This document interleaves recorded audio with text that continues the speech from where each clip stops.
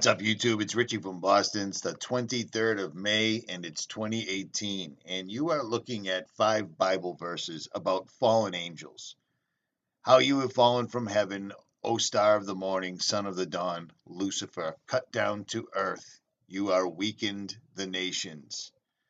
Luke 10:18. I was watching Satan fall from heaven like lightning. Revelation 12:7-17, and there was a war in heaven. Michael and his angels were waging war with the dragon. The dragon and his angels waged war, and they were not strong enough.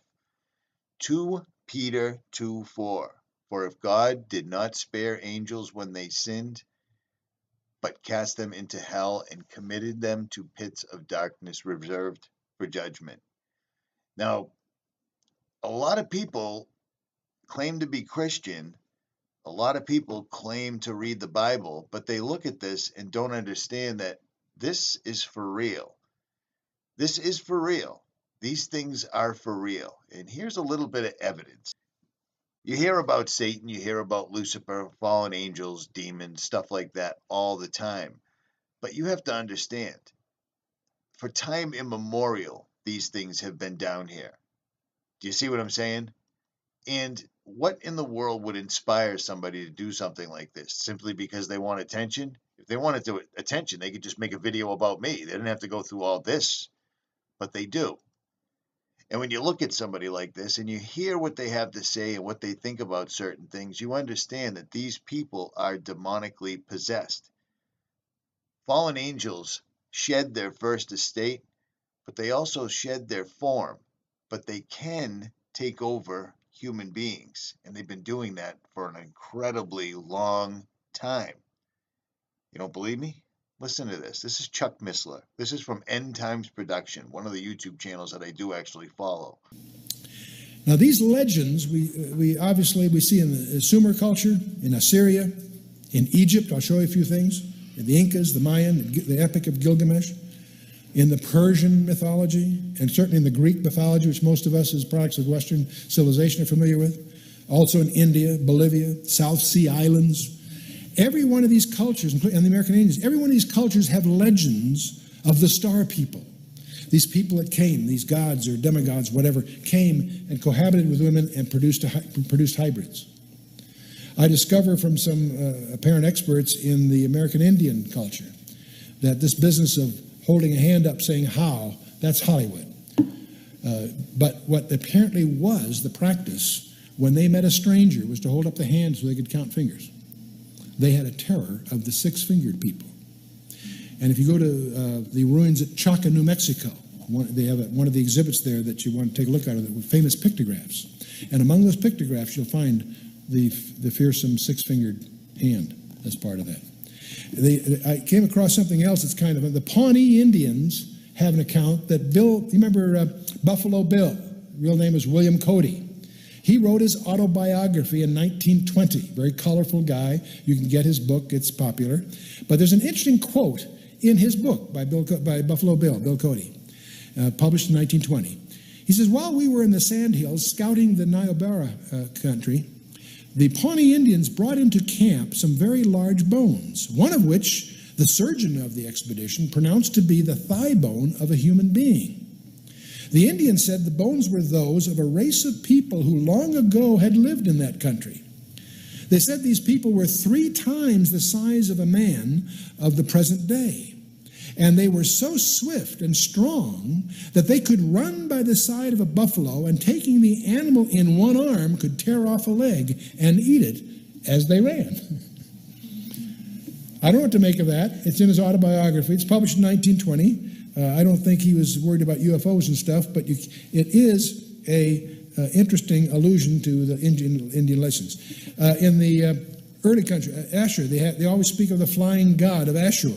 And this diagram you see in many, many of the ancient monuments of a man with a bow, like Nimrod perhaps, and the wings. Now, I've shown you this before. These are actual pictographs that I'm standing in front of, petroglyphs that are located in the deserts of Arizona and Moab. And I can't help But notice that even back in these times, these people went through all the trouble of drawing these things while they were trying to feed themselves, clothe themselves, protect themselves from other tribes, so forth and so on. But if you notice in this video, 1, 2, 3, 4, 5, and then right next to it is a larger foot with 1, 2, 3, 4, 5, 6 toes. Now I go on to tell you in this video that it isn't just one time. It's 3 separate times on this pictograph, or petroglyph, whatever you'd like to call it. But these things are scattered all over the country. And this is one that I found in the middle of the desert.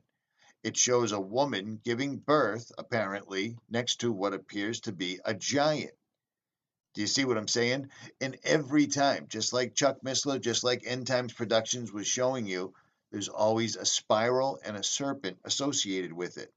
Anytime you find a drawing that shows anything with 5 toes, 5 fingers, 6 toes, 6 fingers, there's always a spiral, there's always regular sized people, and there's always a serpent. And this one right here is no different.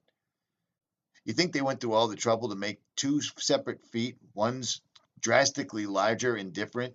One's got 5, the other's got 6.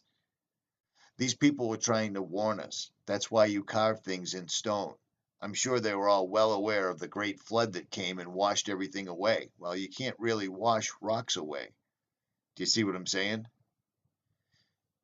At any rate, it isn't just this. There's things all over the world and all over the United States that back this up. These people weren't playing. The people that write history, the people that charge you income tax, the people that make you pay for gasoline, the people that suppress technology are also lying about your history. This is the Great Serpent Mound in Ohio. I'm 450 feet above it, and you notice that it's a perfectly designed snake coming out of a spiral holding an egg in its mouth. Do you see what I'm saying? Now, everyone tells you that this was made by the ancient Indians. Well, that's not the case, because if you talk to any actual Native Americans that know the true story, that they know that there were bones of giants found all around these mounds, all over the United States.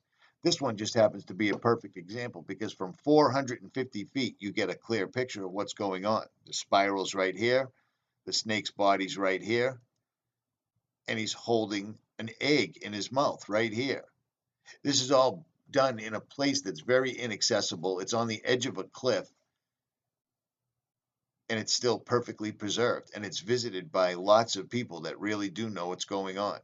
I've got this video up right now in 4K resolution. If you want to watch it, I'll leave links in the description, as well as links to Chuck Missler, End Times Productions, and my original Moab petroglyph video.